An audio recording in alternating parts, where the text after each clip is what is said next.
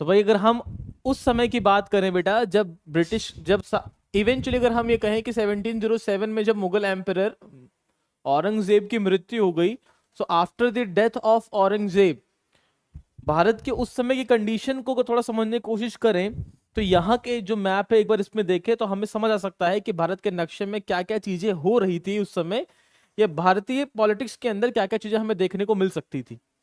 जैसे for first instance अगर हम देखें तो जो मुगल एम्पायर था बेटा, अब वो मुगल जो है वो नेम से के हैं और थोड़े से रीजन में ही कंट्रोल कर रहे हैं, तो मतलब मुगल बहुत कम क्षेत्रों पे राज कर रहे हैं। उसके साथ साथ अगर हम थोड़ा सा पॉइंट को और ब्रॉड करें तो एक नई पावर के तौर पे हम एक बड़ा एम्पायर देख सकते हैं यहाँ पे, जो था नवाब ऑफ बंगाल, बंगाल के नवाब बैठे हुए हैं। और इस वाले रीजन पे बेटा आपके बैठे हैं नवाब ऑफ अवध, अवध के नए नवाबों की शक्ति उभरी हुई है। और बाकी पूरे इंडिया में अगर आप देखें तो आपको अधिकांश जगहों पे आपको मराठा और राजपूताना जो है इन दोनों के बीच में देखने को जगह मिलेगी कि इन क्षेत्रों में कुछ हिस्सों में यहाँ पे मराठा है और इन क्षेत्रों के आसपास के रीजन्स में यहाँ पे आपके राजपूताना अपने आप को स्टैब्लिश करके बैठे हैं। और साउथ इंडिया के इस क्षेत्र में आपके हैदराबाद और इस वाले रीजन में आपका मैसूर। तो एक तरीके से अगर हम 1760 या फिर 1700 के बाद की भारत की बात करें तो उस समय का भारत कुछ इस प्रकार से आपको देखने को मिल रहा है कि इंडिया के मल्टीपल रीजन्स पे या अलग अलग क्षेत्रों में जहां एक टाइम पे मुगल एम्पायर एक बहुत पावरफुल किंगडम के तौर पे उभर चुका था, उसी टाइम के 1717 में औरंगजेब की मृत्यु के बाद this is the major condition of the Mughal empire या फिर इंडिया की बात करें। तो अगर हम आम शब्दों में बेटा, अगर हम आम शब्दों में कंडीशंस को अगर आगे बढ़ाएं, आम शब्दों में कंडीशंस को आगे बढ़ाएं तो पहला सवाल तो हमारे मन में ये आना चाहिए कि आफ्टर 1707 1707 के बाद अगर इतने सारे टुकड़े हो गए इंडिया के, कोई बंगाल बन गया, कोई हैदराबाद बन गया, कोई मराठा ताकत के रूप में उभरा, कोई मैसूर बना, या फिर कहीं राजपूत है कहीं पंजाब है, तो इसका मतलब कहीं ना कुछ प्रॉब्लम्स ऐसी रही होंगी इंटरनल पॉलिटिक्स के अंदर मुगल्स के अंदर, जिसकी वजह से पूरा मुगल एम्पायर डिसइंटीग्रेट खत्म हो गया, या फिर उसमें जितने भी लोग अपने आप को मुगल का हिस्सा मानते थे उन्होंने अपने आप को इवेंचुअली मुगल से अलग करने की धारणा बना ली। तो उसी बात पे अगर हम बात करें India on the eve of British conquest, तो मतलब जिस समय इंडिया पे ब्रिटिश ने कब्जा करने की कोशिश करने शुरू करी उस समय भारत की हालात के अंदर अगर हम पर्टिकुलर एक एक रीजन की बात करें, so what was the scenario of Mughal empire, उस समय जो मुगल्स थे वो जनरली किन प्रॉब्लम से आगे बढ़ रहे थे या फिर किन प्रॉब्लम के साथ वो आगे बढ़ रहे मतलब चल रहे हैं। तो अगर हम डिस्कस करें बेटा पहले फैक्टर पे, जो मुगल्स थे उनके सामने दो प्रकार की समस्याएं थी उस समय। मुगल्स के सामने दो प्रकार की समस्याएं थी after the death of Aurangzeb. पहली थी एक्सटर्नल चैलेंजेस और दूसरी थी इंटरनल चैलेंज। मतलब एक तो बाहरी खतरा था मुगल एम्पायर के ऊपर और एक था इंटरनल कारण। अब हमने जब भी हिस्ट्री को देखा इस तरीके से हमको एक बात क्लियरली समझ आ गई कि जब भी इंडिया के अंदर इन्वेजन्स हुए, और ये हमें हर एक हिस्ट्री के लेक्चर में एक बार जरूर रिपीट करने की कोशिश करता हूं इस बात को, कि जब भी इंडिया के अंदर एक्सटर्नल अग्रेशंस हुए हैं, बाहरी आक्रमण हुए हैं, उसकी एक सबसे बड़ी वजह यह होती है कि हमेशा जो हमारी इंटरनल या सेंट्रल पावर होती है वो कमजोर हो जाती है। सो 1526 के बाद जब मुगल्स पावरफुल हुए तो औरंगजेब तक हमारा जो सेंट्रल पावर था वो काफी स्ट्रांग रहा। बट जब 1707 में औरंगजेब की डेथ हुई तो उससे क्या क्रिएट हुआ, हमारी जो सेंट्रल पावर थी वो वीक होने लग गई। उस सेंट्रल पावर की वीक होते ही जितने भी लोग अफगानिस्तान में बैठे थे उनका विजन क्लियर हो गया कि now it is a time to invade in India. और एक उसी का बड़ा आउटकम जिसे हम कहते हैं external challenges for the Mughals, तो उसमें बेटा पहला एक्सटर्नल चैलेंज था नादिर शाह। तो जो हमने अभी मैप देखा था उस मैप के अंदर अफगानी या दुर्रानी अफगानिस्तान नाम का क्षेत्र देखा था, वहां पे एक नया पावरफुल जो किंग है वो अपने आप को आगे बढ़ा चुका था, उसका नाम था Nadir Shah. He was a Durrani king, अफगानी किंग कह सकते हो, ये नादिर शाह नाम से है। इन्होंने क्या किया बेटा, जैसे ही मुगल एम्पायर धीरे धीरे वीक होने लग गए, और देखो मुगल एम्पायर वीक है ये इंटरनल पॉलिटिक्स है, किसी को पता नहीं है, बट जब नादिर शाह का इन्वेजन हुआ और उनके इन्वेजन के बाद मुगल एम्पायर की हार हुई, तो वो बात जो इंटरनल दबी हुई थी वो बात सबको पता लग गई कि भाई मुगल एम्पायर अब कमजोर हो चुके हैं। और ये आउटकम कब निकला बेटा, 13 फेब 1739 के अंदर नादिर शाह ने करनाल नाम के स्थान पर, करनाल जगह है हरियाणा में, उस जगह पे नादिर शाह ने क्या किया बेटा, जो मुगल एम्पायर हैं मोहम्मद शाह उनको कैप्चर कर लिया। मतलब कोई बंदा अफगानिस्तान से भारत में इन्वेड कर रहा है और जो मुगल एम्पायर है उनको कब्जा मतलब उनको मतलब बंदी बना ले रहा है। उसके बाद बेटा उसने दिल्ली को लूटना शुरू किया और दिल्ली को तबाह कर दिया।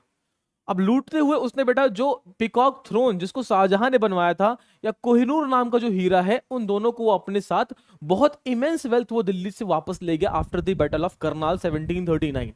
तो जैसे करनाल के युद्ध में मुगल एम्पायर हारे तो एक मैसेज सबको ये मिल गया कि अब तो मुगल बस नाम के ही हैं, देखते हैं अब आगे मुगल में क्या चलने वाला है। और उससे बड़ा झटका बता कब लगा बेटा, एक्सटर्नल कॉजेस की वजह से, कि नादिर शाह के बाद जो अफगानिस्तान का क्षेत्र था वहां पे जो अगला खतरनाक राजा आया उसका नाम था अहमद शाह अब्दाली।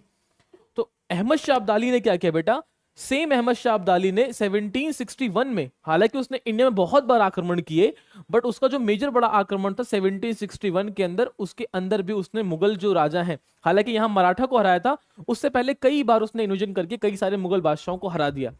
जब इतने सारे इन्वेजन्स के बाद मतलब एक नादिर शाह और एक अहमद शाह अब्दाली के अटैक्स हुए, जिससे जो इंटरनल मुगल एम्पायर था वो पूरी तरीके से हमें वीक देखने को मिला। अब सर नादिर शाह अटैक कर रहा है, अहमद शाह अब्दाली अटैक कर रहा है, तो मुगल एम्पायर डिफेंड क्यों नहीं कर पा रहे? Why Mughal empires are not powerful to defend the nation? तो उसके लिए हमें उस समय के मुगल एम्पायर के अंदर जो इंटरनल कॉज है उसको समझना पड़ेगा। अब देखिए बेटा, इंटरनल कॉज में कि जैसे औरंगजेब की डेथ हुई तो औरंगजेब की डेथ के बाद लड़ाई छिड़ गई औरंगजेब के बच्चों में कि अब अगला हिंदुस्तान का जो बादशाह होगा या मुगल एम्पायर होगा वो कौन होगा। तो भाई लड़ाई हुई, उस लड़ाई के अंदर बहादुर शाह जो थे वो मुगल के अगले बादशाह बने। तो भाई आफ्टर दी औरंगजेब जो अगले आपके बादशाह बने दैट इज बहादुर शाह बेटा जब मुगल बादशाह बने तो ये 63 ईयर ओल्ड है। मतलब ये बादशाह बन भी रहे हैं अगर तो 63 साल की उम्र में। कोई यंग बादशाह हो तो सल्तनत को संभाले या फिर एम्पायर को संभाले, 63 साल की उम्र में मुगल बादशाह बने, कोई बात नहीं भाई, हमें क्या फर्क पड़ता है। अब बेटा बहादुर शाह को शाह बेखबर के नाम से जाना गया। अब ये हमारे लिए क्वेश्चन बना एग्जाम के लिए कि which Mughal empire is known as Shah Bekhabar, so that is Bahadur Shah. और ये टाइटल उनको एक मंत्री था, he gave him the title जिसका नाम था खफी खान ने इनको टाइटल दिया शाह बेखबर। तो अधिकतर पॉइंट क्या है कि after the death of Aurangzeb जो गद्दी पे आया बहादुर शाह, एंड बहादुर शाह को हम शाह बेखबर के नाम से भी जानते हैं। और ये 63 ईयर ओल्ड थे जब ये गद्दी पे बैठे। अभी भाई ओल्ड है तो इनकी डेथ जल्दी होगी, तो आप देखें 9 में गद्दी बैठे और 12 में ये गद्दी से हट गए। गद्दी पे बैठे जब उसके बाद एक अगला व्यक्ति आया जानदार शाह। तो आप टाइम पे अगर नोट करें तो 712 में गद्दी बैठे और 713 में गद्दी पे हट गए। अब आप देख सकते हो कि with the help of Zulfikar Jandar Sahib become the next emperor, कोई बड़ी बात नहीं है। लेकिन बेटा इनके बाद जो अगले ताकतवर राजा आए जो थोड़े पावरफुल थे दैट इज फर्रुख सियार। तो बात समझेंगे, फर्रुख सियार। सो आफ्टर द किलिंग जानदार Shah with the help of Sayyid brother, तो सैयद ब्रदर की हेल्प से जानदार शाह की हत्या करने के बाद जो सैयद ब्रदर थे अब्दुल्ला खान और हुसैन अली, इन दोनों ने क्या किया बेटा, मुगल एम्पायर के अंदर अपने को किंग मेकर का दर्जा दिया। सो सैयद ब्रदर्स ऐसे हो गए मुगल एम्पायर के अंदर जो अब बादशाह बना रहे हैं। तो with the help of Sayyid brother Farrukh Siyar become the next emperor of the Mughal empire. But eventually हम कह सकते हैं बेटा इतना पावरफुल ये भी नहीं था। और फारूक सियार के बाद जो अगले बादशाह बने बेटा आपके, वो इतने छोटे छोटे टाइम पीरियड के लिए बने। तो आप देख सकते हो कि आपके रफी है, फिर रफी उद्दौला है, फिर मोहम्मद शाह है। तो इवेंचुअली अगर आप देखें पूरी टाइमलाइन के अंदर, हालांकि बहुत सारे बादशाह हुए, इवेंचुअली 1857 में जाके जो बादशाह थे पावरफुल आखिरी जो थे वो बहादुर शाह जफर सेकंड, ये आखिरी बादशाह है। लेकिन असली में after the death of Aurangzeb the total Mughal empire become weak. तो आप देख सकते हो कि इनकी इंटरनल कॉजेस की वजह से आप देख सकते हो कि इतना ज्यादा इनको समस्याएं देखने को मिली। और हमने देखा कि 1739 के अंदर जब अहमद शाह नादिर शाह ने अटैक किया तो मुगल गद्दी बैठे हुए मोहम्मद शाह, तो मोहम्मद शाह को उसने बड़ी आसानी से क्यों डिफीट कर दिया बेटा, because Mohammad Shah was given a title of Rangila. क्योंकि ये अपनी लग्जरी लाइफस्टाइल के लिए इतने प्रसिद्ध हो गए इतिहास के अंदर कि इनको इस बात से फर्क ही नहीं पड़ रहा कि किंगडम किधर की तरफ जा रहा है, but he has been enjoying his luxurious life. ठीक, अब जब लग्जरी लाइफ में इतना इनकलकेट है, इतने बिजी हैं ये, तो बाहर से आने वाले खतरे को समझ नहीं पाए। मुगल पावरफुल इतने रह भी नहीं गए थे, और उसकी वजह से इवेंचुअली जब वॉर हुआ तो वॉर के अंदर मोहम्मद शाह रंगीला वाज डिफीटेड। और मोहम्मद शाह रंगीला को जब हरा दिया गया तो उसके बाद ये डायरेक्टली मैसेज मिल गया लोगों को कि जिस मुगल बादशाह या मुगलों की हम इज्जत कर रहे थे दे आर ओनली नेम से, क्योंकि उनके बाद जो बादशाह आए वो बस देखो 48-54 मतलब छोटे छोटे समय के लिए आए जो कि बिल्कुल पावरफुल नहीं हुए। तो हम कह सकते हैं कि मोहम्मद शाह ने एक बड़ा जॉल्ट झटका दिया मुगल एम्पायर को पूरे भारत के अंदर, जिससे जो मराठा का विजन था या फिर जो ब्रिटिश का विजन था या फ्रांस का विजन था, इन सब का विजन ये ओपन हो गया कि now the power of the India is totally collapse. अब हम इंडिया पे अपने एम्पायर को स्टैब्लिश कर सकते हैं, वेदर हम मराठा हो, वेदर हम फ्रांसीसीज हो, वेदर हम ब्रिटिश हो। यहां तक बेटा बात क्लियर हुई?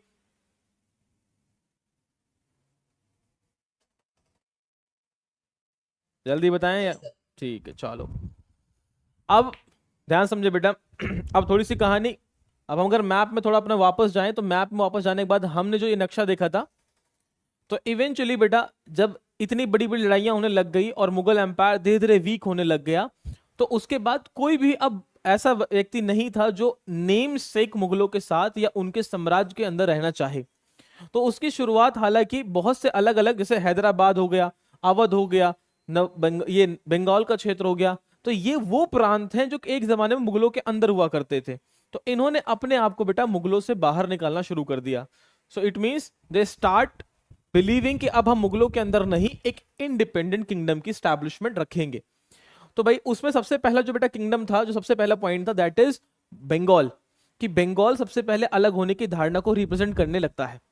तो जब औरंगजेब थे, कहानी समझ लें क्योंकि कहानी के बाद ही आपको फैक्ट समझने में मजा आएगा, कि 1701 के अंदर बेटा, 1701 के अंदर 1701 में जो व्यक्ति है बेटा मुर्शिद कुली खान, जो मुर्शिद कुली खान नाम के एक व्यक्ति हैं, इनको बंगाल जो सूबा है उसका सूबेदार बना दिया गया औरंगजेब के द्वारा।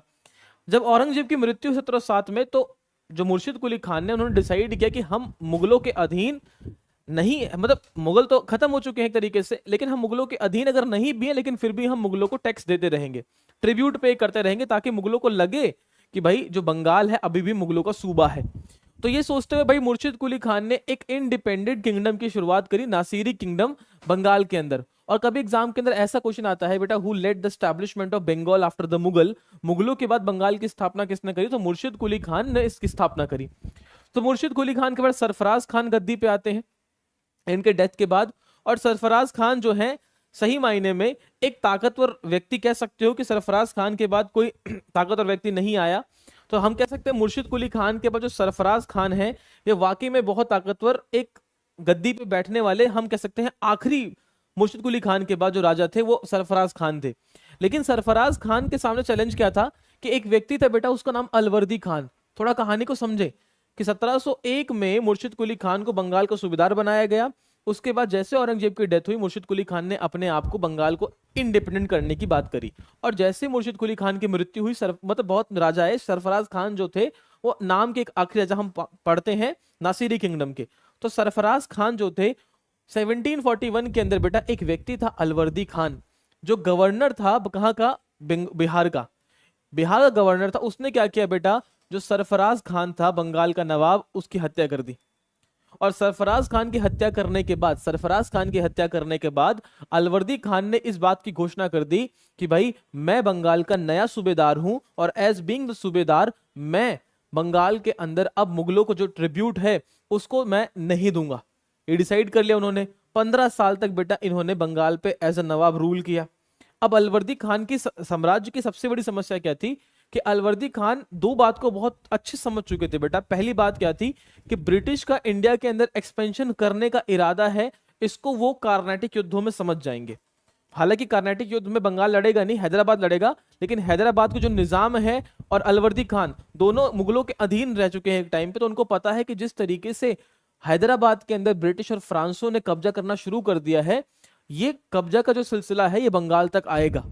तो अलवर्दी खान किसी भी तरीके से जो ब्रिटिश है उनको बंगाल से बाहर निकालना चाहते थे। लेकिन हमने लास्ट क्लास में कहानी पढ़ी थी कि 1717 में जो फारूक सियार नाम के मुगल बादशाह हैं, उन्होंने बंगाल के अंदर अंग्रेजों को व्यापार करने की अनुमति दे दी, दस्तक इशू करने की परमिशन दे दी, कॉइन छापने की परमिशन दे दी। तो अब बंगाल के नवाब ने अपने आप को मुगलों से अलग कर लिया, लेकिन मुगलों के कानून जो थे वो ब्रिटिश के पास थे। तो ब्रिटिश मानती थी कि पूरे हिंदुस्तान के जो सुल्तान बादशाह है वो मुगल है, तो हमें बंगाल के नवाब से सेपरेट परमिशन की रिक्वायरमेंट नहीं होनी चाहिए। तो उसी को मद्देनजर रखते बंगाल के अंदर अंग्रेजों ने अपने काम को कंटिन्यू रखा। और अलवर्दी खान चाहते थे मैं अंग्रेजों को भारत से बाहर निकालूं या फिर बंगाल से बाहर निकालूं। इस इंटेंशन को कंप्लीट करते उससे पहले अनफॉर्चुनेटली अलवर्दी खान की बेटा डेथ हो गई। जैसे अलवर्दी खान की डेथ हुई, अब अलवर्दी खान की डेथ होने के बाद बेटा, यहाँ थोड़ा पॉलिटिकल सीनियर समझ जाएं, जैसे अलवर्दी खान की डेथ हुई, अब अलवर्दी खान का बेटा कोई डायरेक्ट उत्तराधिकारी नहीं है, there is no directly heir of the throne. तो अलवर्दी खान का बेटा एक इंपॉर्टेंट व्यक्ति था जिसका नाम था मीर जाफर। मीर जाफर नाम के एक व्यक्ति थे। अब मीर जाफर को यह लगा कि अलवर्दी खान की मृत्यु होने के बाद जो अगला बंगाल का नवाब है मुझे बनाया जाएगा, क्योंकि अलवर्दी खान का कोई बेटा नहीं है और अलवर्दी खान के पास सबसे सीनियर जो है नवाब के पद के लिए वो मैं हूं, तो बंगाल का नवाब अगला मीर जाफर को बनना ही मीर जाफर को लगता था। अलवर्दी खान ने क्या किया बेटा, उनकी डॉटर थी, अलवर्दी खान ने अपनी डॉटर का जो बेटा था सिराजुद्दौला, सिराज उद दौला नाम का एक व्यक्ति था, उसको क्या बोल दिया, घोषित कर दिया कि after me this person will be the nawab of the Bengal. तो उन्होंने ये घोषणा कर दी कि सिराजुद्दौला जो हैं ये बंगाल के अगले नवाब बनेंगे। तो जैसे सिराजुद्दौला ने गद्दी संभाली बेटा, सिराजुद्दौला काफी यंग थे, लेकिन अब एक समस्या क्या थी कि जब सिराजुद्दौला यंग थे तो ये बात पसंद नहीं आई मीर जाफर को कि भाई एक छोटा व्यक्ति 20 साल का बच्चा जो है वो हम जैसे सीनियर व्यक्ति को रिप्लेस करके अगला नवाब बन सकता है बंगाल का। तो मीर जाफर का ये जो जलन थी मीर जाफर के अंदर, ये सिराज को लेके बहुत खतरनाक थी, बट वो सिराज को कुछ कह नहीं सकते थे because Siraj was eventually a nawab of Bengal. और अलवर्दी खान ने एक बात इंटेंशनली समझाती थी सिराजुद्दौला को कि ब्रिटिश का इंटरवेंशन बंगाल के अंदर सही नहीं है। और इसके साथ साथ बेटा ब्रिटिश ने क्या किया, बिना नवाब की परमिशन लिए जो कलकत्ता के अंदर उनका फैक्ट्री थी जिसे फोर्ट विलियम कहा, उसको उन्होंने फोर्टिफाई करना मतलब किले बंद करना, उसकी शुरुआत कर दी किले बंद की, मतलब हर तरफ दीवारें और मिलिट्री रखना शुरू कर दिया। अब सिराज ने सिंपली एक बात बोली कंपनी वालों से, भाई आप फोर्टिफिकेशन ना करें क्योंकि बंगाल का अगला नवाब तो मैं हूं। तो अंग्रेज ये मानते थे कि हमें तो फारूक सियार का फरमान मिला है जो कि मुगल बादशाह हैं, तो हम बंगाल के उनके छोटे प्रांत की बात नहीं सुनेंगे। इन भाई प्रॉब्लम इतनी, समस्या इतनी बढ़ गई कि सिराजुद्दौला ने क्या किया बेटा, अटैक कर दिया अंग्रेजों की उस फैक्ट्री मतलब कलकत्ता के उस फोर्ट पे, और वहां से करीबन 146 अंग्रेजों को गिरफ्तार कर लिया और उनको एक छोटे से कमरे के अंदर बेटा, बहुत छोटे से कमरे के अंदर उनको बंद कर दिया। जब बहुत छोटे से कमरे के अंदर सिराज ने उनको बंद किया तो ये कहते हैं बेटा कि आउट 123 थे, 146 में से जो 123 लोग थे वो दम घुटने की वजह से वहीं पे दम तोड़ दिया और वहीं पे उनकी मौत हो गई। तो जब 146 में से 123 लोग की मृत्यु हो गई तो इस इंसिडेंट को जो ब्रिटिश हिस्टोरियंस लिखते हैं that is a black hole tragedy of the Bengal, Bengal के ब्लैक होल ट्रेजेडी के रूप से जाना गया, जिसका जो टाइम था बेटा वो 20 जून 1756। 20 जून 1756 के अंदर सिराजुद्दौला के इस स्टेप ने क्या किया, एक बहुत बड़ा मैसेज सोल्ड आउट किया ब्रिटिश मीडिया के सामने, ब्रिटिश पार्लियामेंट के अंदर, कि इंडिया के अंदर जो नवाब्स हैं, इंडिया के अंदर जो लोग हैं वो हमारे सिटीजन्स को ऐसे सफोकेशन से उनकी हत्या करवा दे रहे हैं। तो इस समय बेटा जब ये मैसेज पूरे ब्रिटिश के अंदर फैलने लग गया कि भाई ऐसी चीज इंडिया के अंदर हो रही है, तो ब्रिटिश ने क्या किया बेटा, अपने बहुत बड़े कमांडर की बात तो नहीं करूंगा बट एक व्यक्ति जिसका नाम था रॉबर्ट क्लाइव, रॉबर्ट क्लाइव को उन्होंने बंगाल की तरफ रवाना कर दिया कि भाई एक काम करें रॉबर्ट क्लाइव भाई, आप कलकत्ता पहुंचे मद्रास से। तब जब रॉबर्ट क्लाइव अपनी बड़ी सेना के साथ, बड़ी नेवल फ्लीट के साथ पहुंचे कलकत्ता, तो उन्होंने क्या देखा कि भाई मीर जो ये है आपकी सिराजुद्दौला, उनके तो पहले बहुत दुश्मन है, कहीं मीर जाफर हैं, कहीं ओमी चंद हैं, कहीं जगत सेठ है, मतलब बहुत सारे नाम थे ऐसे बेटा जो सिराजुद्दौला के दुश्मन पहले बने बैठे थे। तो सिराजुद्दौला को उन्होंने देखा कि सिराजुद्दौला को हराने के लिए ये आवश्यक नहीं कि सिराजुद्दौला को युद्ध में हराया जाए, क्यों ना कोई ऐसा षड्यंत्र रचा जाए। रॉबर्ट क्लाइव ने सोचा कि जिससे कि मैं सिराजुद्दौला को गद्दी से हटा भी दूं और उसके बाद जो अगला नवाब बने वो हमारे फेवर का बने, ताकि मैं बंगाल के अंदर व्यापार को स्मूथली चला सकूं। तो इस प्लान को अचीव करने के लिए बेटा रॉबर्ट क्लाइव ने क्या किया, एक सीक्रेट अलायंस बनाया, एक समझौता किया, किसके साथ बेटा, मीर जाफर के साथ, वही राय दुर्लभ, जगत सेठ, ओमी चंद, ये वहां उस समय के बेटा बंगाल के नामी लोग थे, इन लोगों के साथ उन्होंने समझौता किया। और समझौते में सबसे बड़ा आउटकम क्या निकला, मीर जाफर जो था वो कमांडर है मिलिट्री का, और ये प्लान बनाया कि एक काम करते हैं कि जब भी लड़ाई होगी, जब भी मैं सिराजुद्दौला के सामने रॉबर्ट क्लाइव की सेना जाएगी, तो मीर जाफर ये करेंगे कि किसी भी तरीके से मिलिट्री को इन्फ्लुएंस कर देंगे कि वो रॉबर्ट क्लाइव की तरफ लड़ाई ना करे। तो जैसे ही बेटा युद्ध हुआ 23 जून 1757, 23 जून 1757 जिसको इतिहास के अंदर बेटा बैटल ऑफ प्लासी, प्लासी के युद्ध के नाम से जाना गया। तो 23 जून 1757 में क्या हुआ कि एक तरफ सिराज की सेना और एक तरफ रॉबर्ट क्लाइव की सेना, और रॉबर्ट क्लाइव की सेना कंपेरेटिवली इतनी कम थी कि सिराज की सेना बहुत बड़ी थी उस समय, लेकिन सिराज की सेना के अधिकतर जो लोग थे वो मीर जाफर से प्रभावित होकर ऑलरेडी ही सिराज के अगेंस्ट हो गए। युद्ध की शुरुआत हुई और युद्ध की शुरुआत में आपको पता नतीजा क्या होना था कि मीर जाफर की वजह से सिराज की कोई भी सेना जो थी बड़ी लड़ी नहीं, उससे क्या हुआ, सिराजुद्दौला की हार हुई। जैसे सिराज की हार हुई, सिराज को युद्ध छोड़ के भागना पड़ा, और जैसे सिराज युद्ध छोड़ के भागे वैसे इस बात को मान लिया गया कि जो बंगाल का नवाब है सिराजुद्दौला, उसने गद्दी छोड़ दी। जैसे गद्दी छोड़ने की बात हुई, बाद में उसको ढूंढ के उसको मार दिया गया ताकि गद्दी को दोबारा रिक्लेम ना करे वो। और सिराज की मृत्यु होते ही बेटा, जैसे सिराज की मृत्यु हुई, उससे एक बड़ा आउटकम ये निकला कि जो अगला नवाब बना वो बना मीर जाफर। जब मीर जाफर अगले नवाब बने, इनको बनाया अंग्रेजों ने था, रॉबर्ट क्लाइव ने। तो मीर जाफर से वो सारे फरमानों पे हस्ताक्षर ले लिए गए, जिससे अंग्रेजों को बंगाल के अंदर व्यापार करने में इतनी सुविधाएं मिली, इतनी सुविधाएं मिली, जिसकी वजह से आने वाले कुछ सालों के अंदर बेटा बंगाल जो है वो पूरी तरीके से अंग्रेजों के अधीन आ जाएगा। यहां तक बेटा कॉन्सेप्ट क्लियर? पहले बताओ।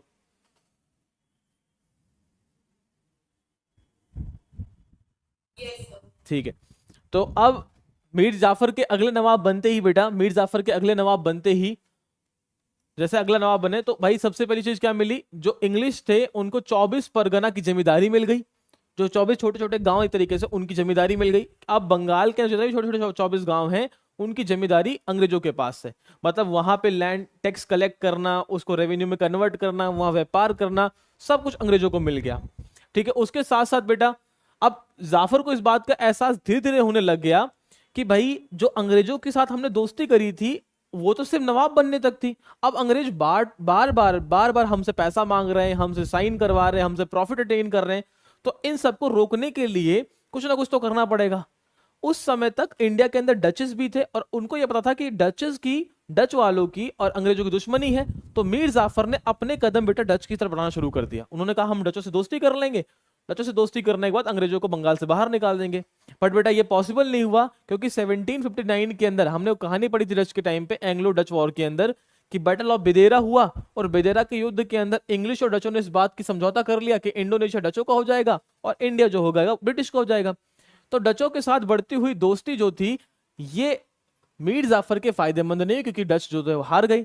जैसे ही बात पता लगी भाई मीर जाफर डचों का साथ देते थे, मीर जाफर को गद्दी से हटा दिया गया और एक समझौता किया गया एक नए व्यक्ति के साथ बेटा, जिसका नाम था मीर कासिम।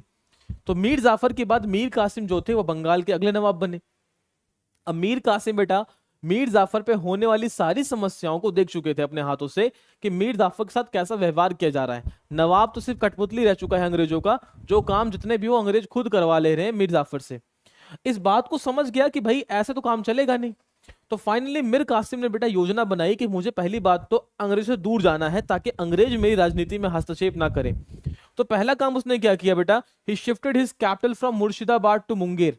उसने अपनी राजधानी शिफ्ट करी, जो मुर्शिदाबाद था जिसकी स्थापना मुर्शिद कुली खान ने करी थी, वहां से उठा के अपनी राजधानी उसे शिफ्ट कर दी मुंगेर बिहार के क्षेत्रों में, ताकि जितना मैं दूर कलकत्ता से रहूंगा उतना कम इंटरफेरेंस होगा पॉलिटिक्स का, ब्रिटिश पॉलिटिक्स का मेरी इंटरनल पॉलिटिक्स में।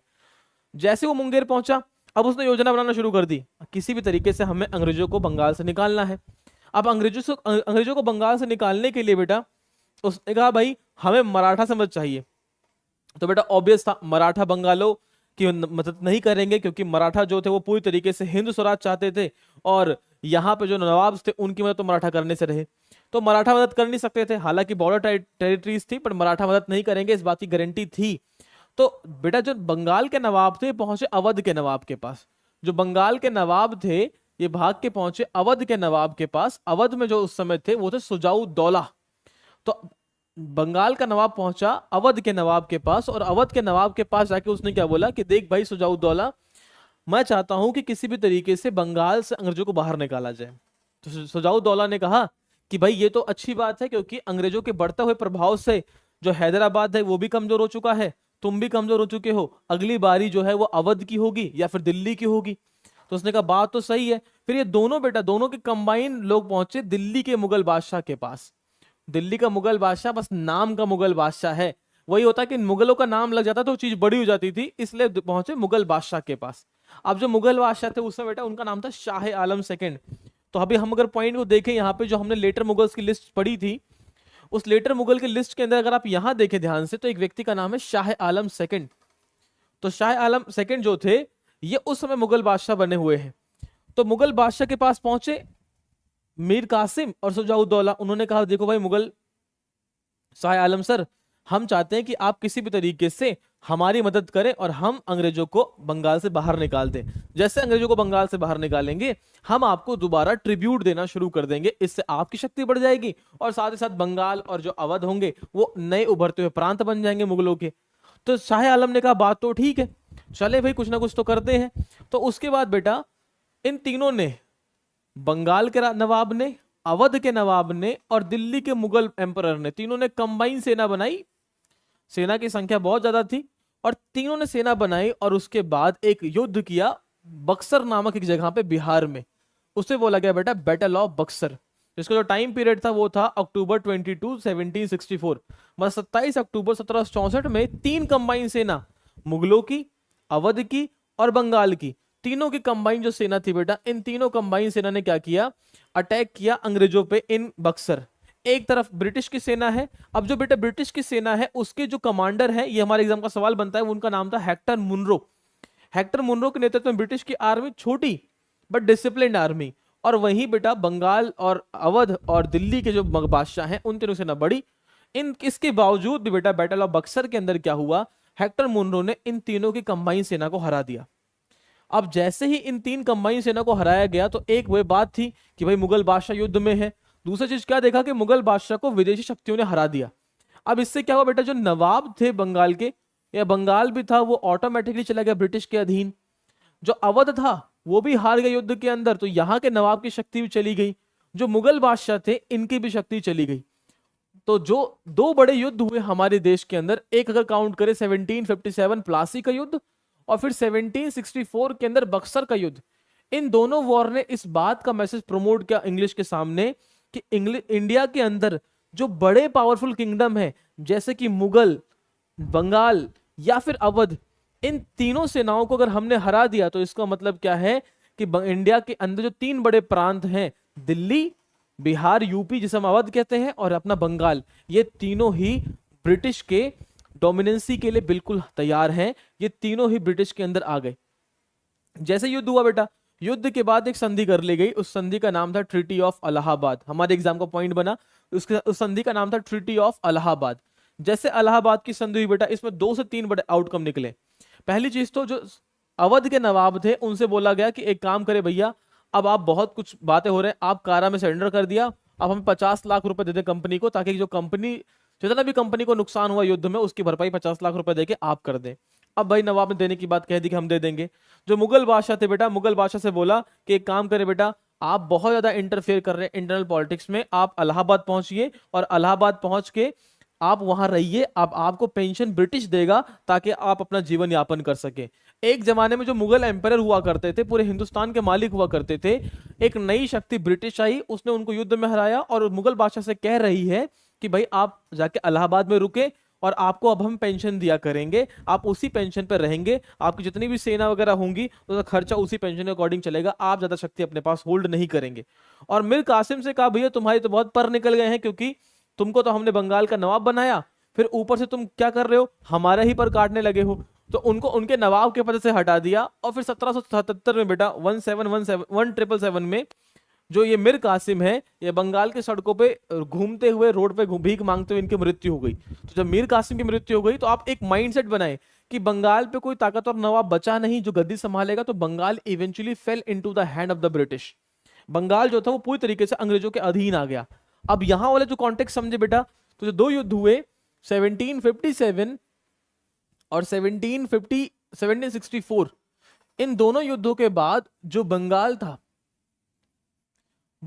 था that eventually fell into the hand of British, ये पूरी तरीके से ब्रिटिश के अधीन आ गया। अब जब बंगाल का रीजन इनके हैंड में आया बेटा, तो बंगाल को रेगुलेट करना इनकी जिम्मेदारी थी। तो 1764 से लेके बेटा 1772 तक जो ब्रिटिश थी ये बंगाल की मालिक थी बेटा। और इस समय जो बंगाल का जो मालिकाना हक था जिसके पास, उस व्यक्ति का नाम था बेटा रॉबर्ट क्लाइव। जिसका नाम देखा था अभी हमने, जो रॉबर्ट क्लाइव हैं, ये रॉबर्ट क्लाइव इस समय बंगाल के जनरल बनने बैठे हैं। अब रॉबर्ट क्लाइव ने बेटा इसका इतना एडवांटेज उठाया, क्योंकि ये कंपनी थी, कंपनी पे बाहरी विदेश शक्ति का कोई रूल नहीं था, ब्रिटिश पार्लियामेंट डायरेक्टली रेगुलेट नहीं कर रही थी कंपनी को।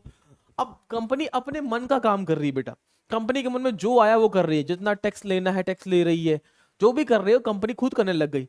और कंपनी ने इतना ज्यादा लूटना शुरू कर दिया बंगाल के अंदर बेटा, कि जो बंगाल था, जो एक फ्लरिश पावरफुल किंगडम और नवाबों के सोने की चिड़िया हुआ करती थी, 1764 से लेके 1770 तक आते आते बंगाल के अंदर भूखमरी आ गई, बंगाल के अंदर अकाल पड़ गया, सूखा पड़ गया। मतलब बंगाल को पूरी तरीके से अंग्रेजों ने सक करना या फिर लूटना शुरू कर दिया। अब यहां पे बेटा कंपनी लूटना शुरू की, क्योंकि ब्रिटिश की गवर्नमेंट को ये नहीं पता था कि इंडिया की कंपनी ऐसा कर रही है। उसको तो यही लग रहा था कि कंपनी प्रॉफिट बना रही है, और टेक्नोलॉजी इतनी थी कि कंपनी को डायरेक्टली देख ले ऐसे टेलीकास्ट करके।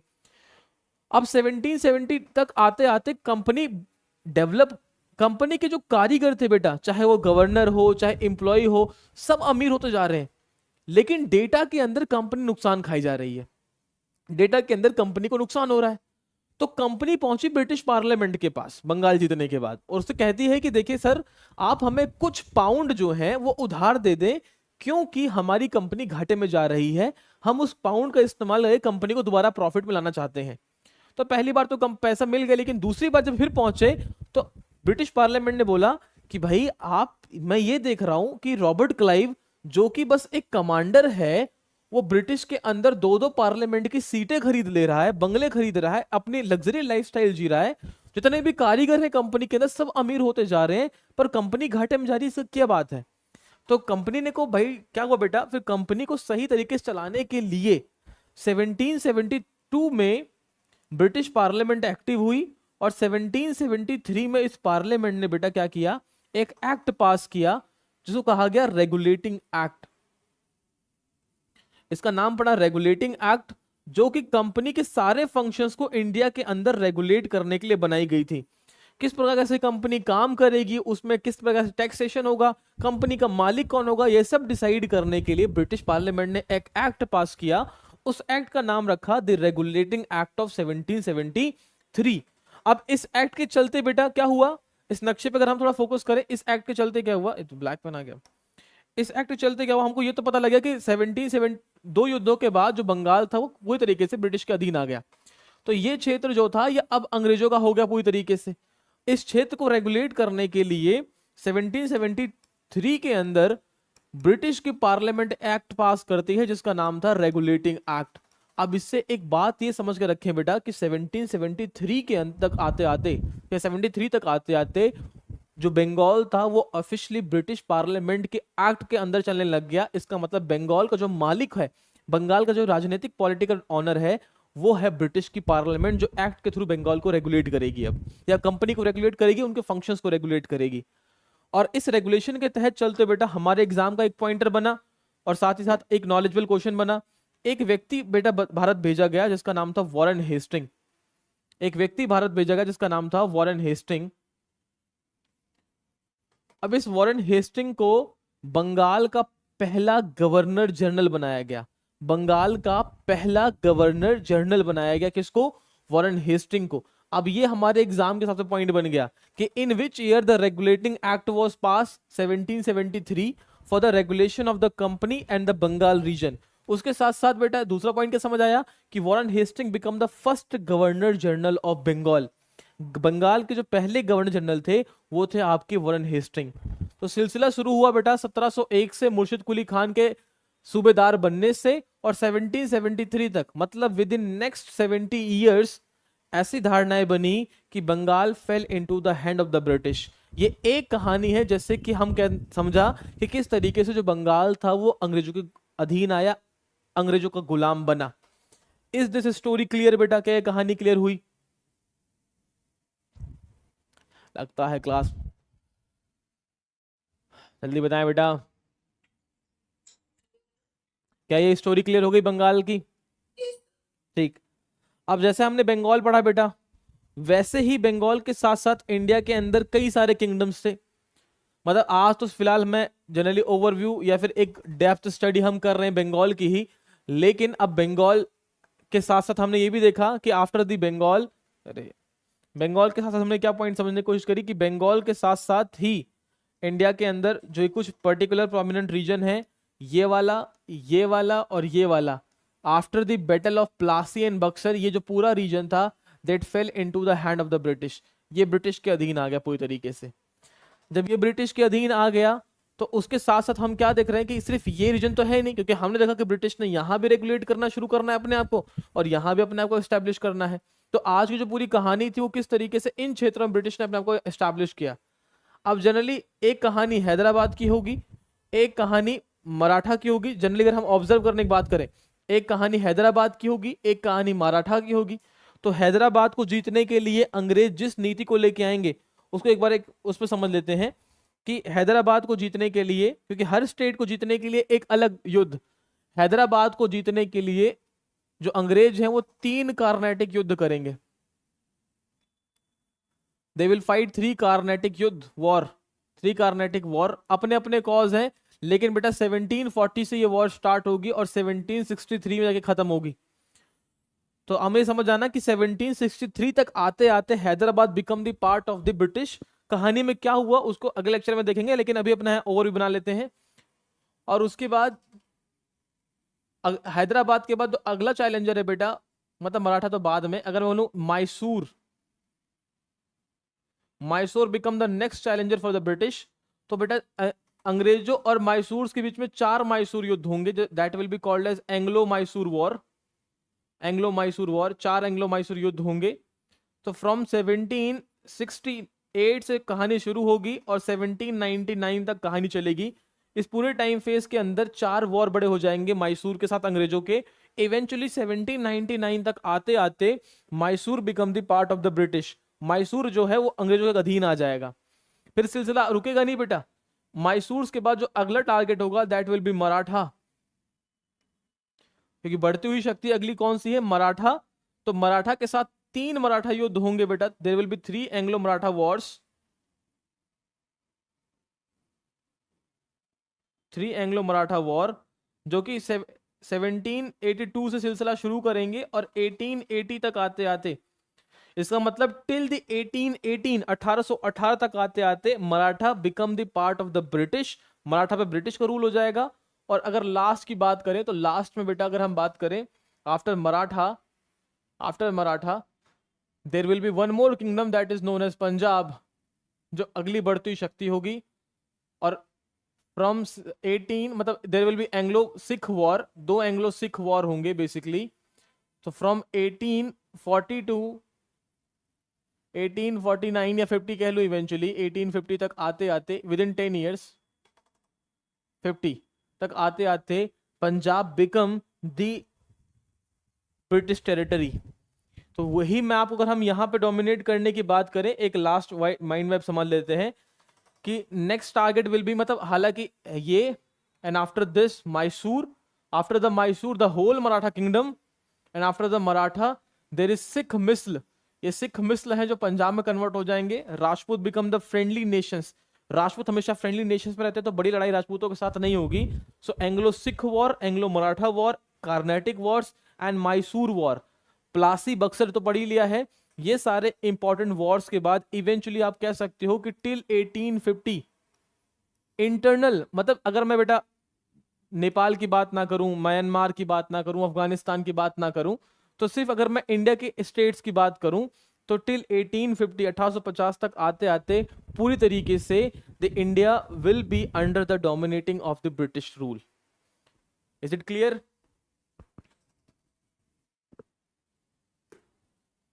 चलो चलो चलो जल्दी जल्दी बता दो बेटा, क्लियर है? ठीक है, तो मतलब फिर हम बंगाली कहानी के बाद आगे नहीं बढ़ रहे। अगली क्लास में हम कहानी स्टार्ट करेंगे अपने मराठा की या फिर मैसूर की। तो उस पूरी कहानी को कंप्लीट करके इवेंचुअली किस तरीके से ब्रिटिश ने हमको कॉन्क्वेस्ट किया इसको कंप्लीट करेंगे। तो आज के सेशन को यहीं अपना वाइंड अप करते हैं, मिलते हैं अपन अगली क्लास में। ठीक है बेटा, तब तक आप लोग टेक केयर करें अपना।